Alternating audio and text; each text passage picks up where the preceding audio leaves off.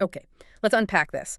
We've got a fantastic set of source material today, excerpts from the novel The Man Who Made Husbands Jealous by Jilly Cooper. Yes, shared by one of our listeners, which is great. It is. So our mission for this deep dive is to really get into these pages, explore the characters, their, well, often complicated relationships, Definitely complicated. and the surprising dynamics that pop out of this fictional world. What can we sort of extract about human behavior here, especially in this very specific setting? It's a great set of sources because they drop us right into this place, paradise, Yeah. and a group of people with very particular rules. Or maybe a lack of rules. Or a distinct lack of rules, exactly, especially when it comes to relationships and, social maneuvering. It feels like we're getting a backstage pass. And that backstage is set in this place, paradise. Right. The text paints this picture, this mythical village in Rutshire. Beautiful, apparently, set in a valley. Gorgeous houses, an old church. The Pearly Gates pub sounds quite idyllic. Sounds it. But alongside that traditional feel, you've got this mix. Old money, new money, and lifestyles that are, well, anything but conventional. And living there, we meet our key players. Let's start with Lysander. Okay, Lysander. The sources describe him as young, charming, definitely charming, but also really struggling. Yeah, a lot on his plate. Dyslexia, no formal education, serious debt. Gambling, drinking, and he's grieving his mother, too. It's heavy stuff. But then there's this contrast. He's also noted as a beautiful horseman. That's interesting. That mix, vulnerability and this unexpected skill. Exactly. That's key right from the start. Yeah. And then there's his friend, Ferdy. Ferdy. Seems involved in real estate, but mostly comes across as cynical. Deeply cynical. He's the architect of the main scheme we see unfolding. And scheme number one involves Marigold Lockton. Ah, Marigold, wife of Larry Lockton, the successful producer. And the description of her is quite pointed, isn't it? Gone to seed, but was once pretty. Now she's all into charity work. And seems pretty neglected by Larry. Get that sense strongly. While Larry himself. Successful, yes, but presented as pretty blatant about his affair. With Nikki, his secretary, the text just says he's bonking her. And his views on wives are, well, quite something. Seeing them as commodities that get weigh-bridged. Yes, like they just settle into this dull routine. It's a very cynical take. Then we have the powerhouse, Mm-hmm. or maybe the Tempest, Yeah. Donaldini. At Valhalla, yes. Famous Italian conductor, big charisma, intensely competitive. Lives in this grand estate, Valhalla, and has this very public reputation for affair. A long list. Yeah. Hermione, Natasha, Cecilia, Beatty, Rachel Grant later on. It's quite the roster. And married to him is Kitty, much younger. And the descriptions of her are interesting. Some see her as plain, maybe a bit unsophisticated. They mentioned her beanbag figure. But the sources also show her sweetness, don't they? Her kindness, how her face lights up. Absolutely. There's a vulnerability there, too. And then down the road, Georgie Maguire and Guy Seymour. Right. Georgie's the former pop singer, trying for a comeback, writing songs. They've bought this incredibly expensive house, Angel's Reach. Seems like a huge gamble. A massive gamble, riding on her new album, which, interestingly, Larry Lockton's company is producing. Oh, okay. Small world. Very. And Guy, her husband, handsome, seems involved in business, joins committees to fit in. But there's that hint of him being quite uptight, especially around Ranaldini. Yes, a definite tension there. So this is our cast. In this seemingly perfect but actually quite messy paradise. And the catalyst for a lot of the action is Ferdy's scheme. Which is truly cynical. Hiring Lysander to basically be a professional other man. To make husbands jealous, make them run back to their wives, Marigold is the first target. This scheme, it gives us one of the first really sharp insights into the mindset here, doesn't it? It really does. Ferdy's approach is so transactional, talking about putting wives out of the freezer. Treating them like a product that needs repackaging and remarketing. The language is jarring. It is. Framing the wife not as a person, a partner, but as something that depreciates and needs an upgrade.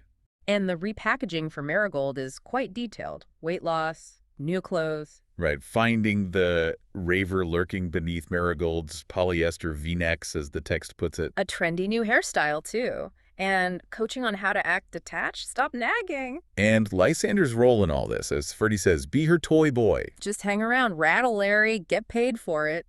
But here's the twist, the surprising nugget. Amidst all this calculation, Lysander actually starts to like her. he develops a genuine, quite tender fondness for Marigold. Notes she reminds him of his mother. Wow, that adds a layer, doesn't it? Unexpected sincerity and all that cynicism. It really complicates his role. And speaking of unexpected turns, Lysander finds success elsewhere, too. Ah, with his horse, Arthur, the scorpion. Exactly. Arthur actually wins a race, bringing Lysander some much-needed cash and, a bit of notoriety. But the sources are quick to point out he's still terrible with money, right? Oh, yeah. Wins 2 fucking grand, but is still massively overdrawn. Some things don't change. So back to the scheme with Marigold. Does it actually work? It seems to, initially anyway. Yeah. It definitely grabs Larry's attention. The jealousy starts to kick in. He comes home, sees the evidence, empty champagne, 2 glasses, roses from Elle. And his reaction is pretty explosive. It's my fucking home. Yeah. You can picture it. That really crystallizes it. Larry is definitely rattled. So the scheme, in its own way, achieves its initial goal. And this Marigold plot, it's really just the starting point for exploring infidelity in these excerpts. It's everywhere. It is pervasive. Larry, Nikki, Boris Levitsky and Chloe, Randall-Dini's endless list, Guy Seymour and Julia Armstrong later on. It's not just that the affairs happen, but how people seem to view them or rationalize them. Exactly. You've got Ferdy's cynicism, just accepting it, versus Lysander's genuine confusion. His line is great. What's the point of getting married if you spend your time bonking other people? It highlights that clash of values. And Marigold, post-makeover, gives Kitty some very pragmatic advice. Bleak, though. Basically, if he's super rich, maybe just stay for the luxury, despite the affairs. That kind of survival advice really contrasts with the emotional mess infidelity causes. And nowhere is that mix clearer than at Valhalla with the Randall-Dinis. Randall-Dini himself. Larger than life, brilliant conductor, charismatic. But also demanding, relentlessly focused on his conquests.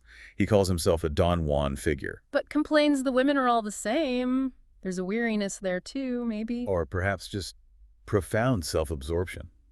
And some of his behavior is quite disturbing. The comments about little footstools, calling Flora a little animal, it's objectifying, demeaning. Definitely. And Kitty, his young wife, lives in this atmosphere, surrounded by wealth.